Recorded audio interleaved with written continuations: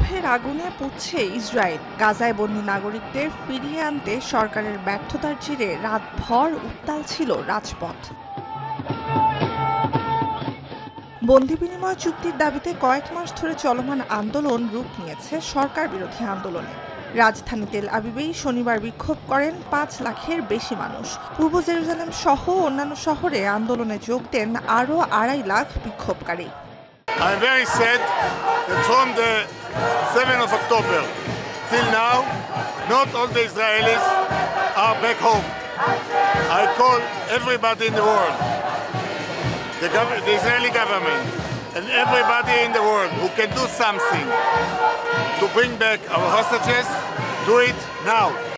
গাজায় ইসরায়েলের আগ্রাসন শুরুর বছর পূর্ণ হতে বাকি আর ১ মাস।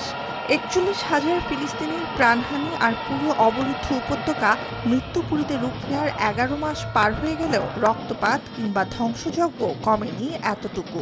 অস্ত্রবিরতির বদলে বন্দীদের মুক্তির প্রতিশ্রুতি গাজার শাসক দল হামাস দিলেও বন্দীদের নিরাপদে দেশে ফিরিয়ে নেয়ার কার্যত কোনো উদ্যোগ নেই ইসরায়েল সরকারের। এরই প্রেক্ষিতে এ যাবৎকালের সবচেয়ে বড় পরীক্ষার মুখে পড়েছেন ইসরায়েলের সবচেয়ে দীর্ঘমেয়াদী প্রধানমন্ত্রী Benjamin Netanyahu.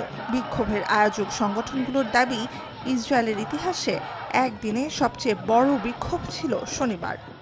As long as Netanyahu remains in power, we will keep getting hostages back in body bags.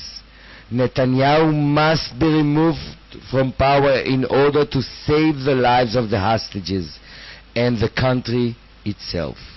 Instead of securing a deal which will save the hostages and the country, Netanyahu is escalating the situation in the region and dragging Israel into a multi-frontal regional war, which will lead to more destruction.